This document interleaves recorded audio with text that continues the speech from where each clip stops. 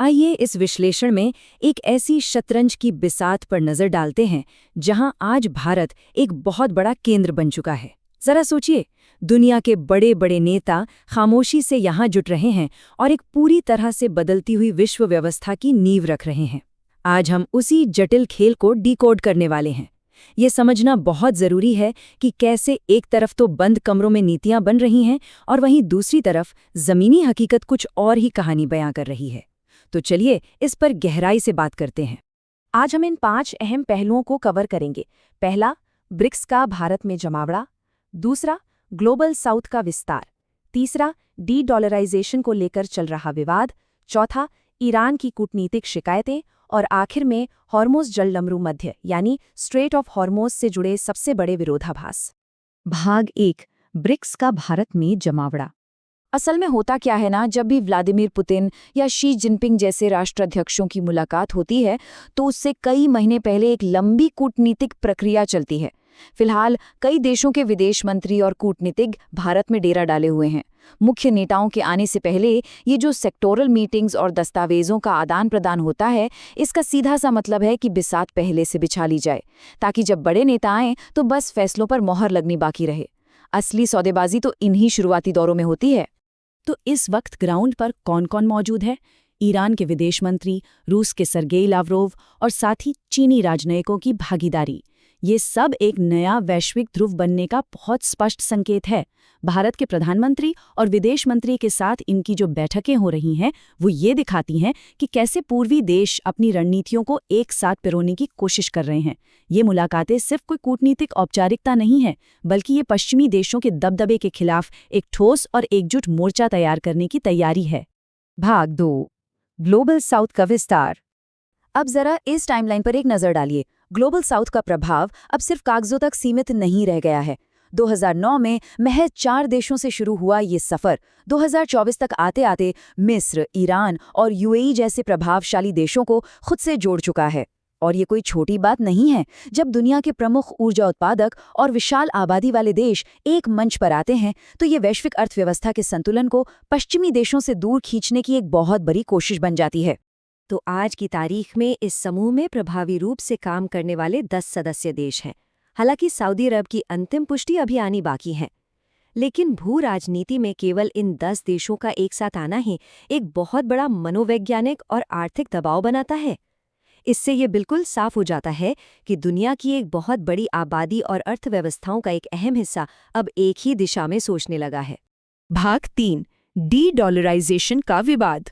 इस ऐतिहासिक विस्तार ने एक बहुत बड़े आर्थिक टकराव को जन्म दिया है, और वो है डी-डॉलराइजेशन, यानी अंतर्राष्ट्रीय व्यापार में अमेरिकी डॉलर पर अपनी निर्भरता को खत्म करके अपनी स्थानीय मुद्राओं का इस्तेमाल करना।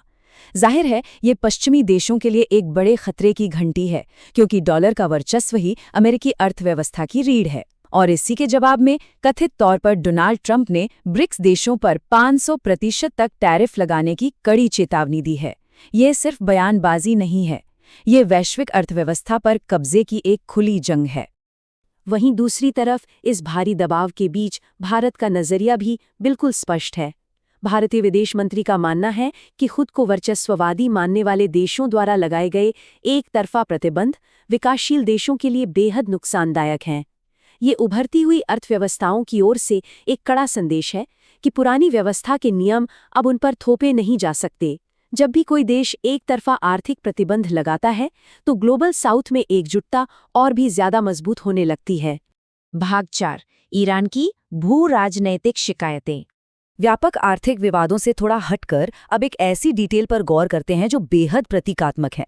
जब ईरान के विदेश मंत्री भारत पहुंचे तो उनके विमान पर बड़े अक्षरों में मीना 168 लिखा था। कूटनीति की दुनिया में कोई भी चीज बिना मतलब के नहीं होती। ये सिर्फ कोई नंबर नहीं है, बल्कि दुनिया के सामने रखा गया एक सोचा समझा संदेश था, जो ये दिखाता है कि ईरान कूटनीतिक वार्ताओं के दौरान भी अपने अतीत को भूलने के लिए बिल्कुल तैयार नहीं है।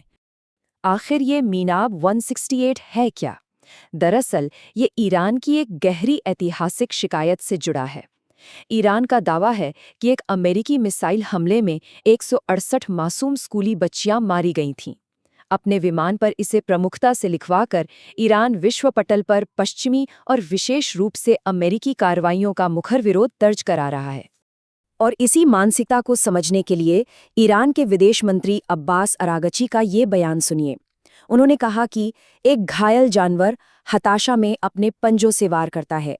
वे पश्चिमी प्रतिबंधों को एक मजबूत होती व्यवस्था के रूप में नहीं, बल्कि एक कमजोर और हताश हो रही व्यवस्था के तौर पर देखते हैं। जब कोई देश अपने विरोधियों को घायल जानवर मानता हो, तो कूटनीति में समझौते की गुंजाइश कम और आक्रामकता ज्यादा नजर आती है। भाग 5 हॉर्मुज़ जलडमरू मध्य के विरोधाभास। अब हम आते हैं इस विश्लेषण के सबसे दिलचस्प और अहम मोड़ पर, जहां बंद कमरों की कूटनीति और खुले समंदर की हकीकत आमने सामने आ जाती है। यहाँ एक बहुत बड़ा विरोधाभास है। एक तरफ आधिकारिक तौर पर ईरान दुनिया को भरोसा दिलाता है कि हॉर्मुज़ जलडमरू मध्य सहयोग करने वाले सभी व्यापारिक जहाज़ों के लिए खुला है, लेकिन ठीक उसी समय जमीनी हकीकत क्या होती है? ओमान के पास भारतीय झंडे वाले हाजी अली जहाज पर एक भयानक ड्रोन हमला। ये दिखाता है कि कूटनीतिक वादों और असलियत के बीच कितनी गहरी खाई है। तथ्य खुद एक बहुत ही खौफनाक कहानी बयां करते हैं।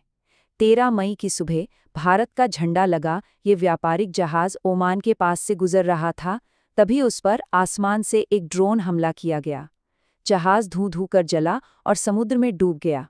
हालांकि क्रू को ओमान कोस्ट गार्ड ने बचा लिया, लेकिन इस घटना ने साफ कर दिया कि समंदर में व्यापारिक मार्ग सुरक्षित होने के जो दावे किए जाते हैं, वो ज़मीनी स्तर पर कितने खोखले हैं। यहाँ दो तरफा रवैया बिल्कुल साफ नजर आता है। राजनयिक दुनिया भर में खुले रास्तों का भरोसा दे रहे हैं, लेकिन दूसरी ओर ईरान की शक्तिशाली सैन्य इकाई IRGC का उस पूरे क्षेत्र पर भौतिक और सैन्य नियंत्रण है। और याद रहे, IRGC चुनी हुई सरकार के प्रति नहीं, बल्कि सीधे तौर पर ईरान के सर्वोच्च नेता के प्रति जवाबदेह है। तो जाहिर सी बात है, राजनयिकों की कही बातें समंदर की लहरों पर पूरी तरह लागू नहीं होती। इस पूरी बिसात में अमेरिका का नजरिया भी जुड़ता है। अमेरिकी राजनेता मार्को रूबियो के अनुसार चीन हॉर्मुज़ के सैन्यीकरण और वहां किसी भी प्रकार के टोल सिस्टम का कड़ा विरोध करता है, और इसका कारण बहुत सीधा है। चीन अपनी विशाल ऊर्जा जरूरतों के लिए इन्हीं समुद्री रास्तों पर सबसे ज्यादा निर्भर है।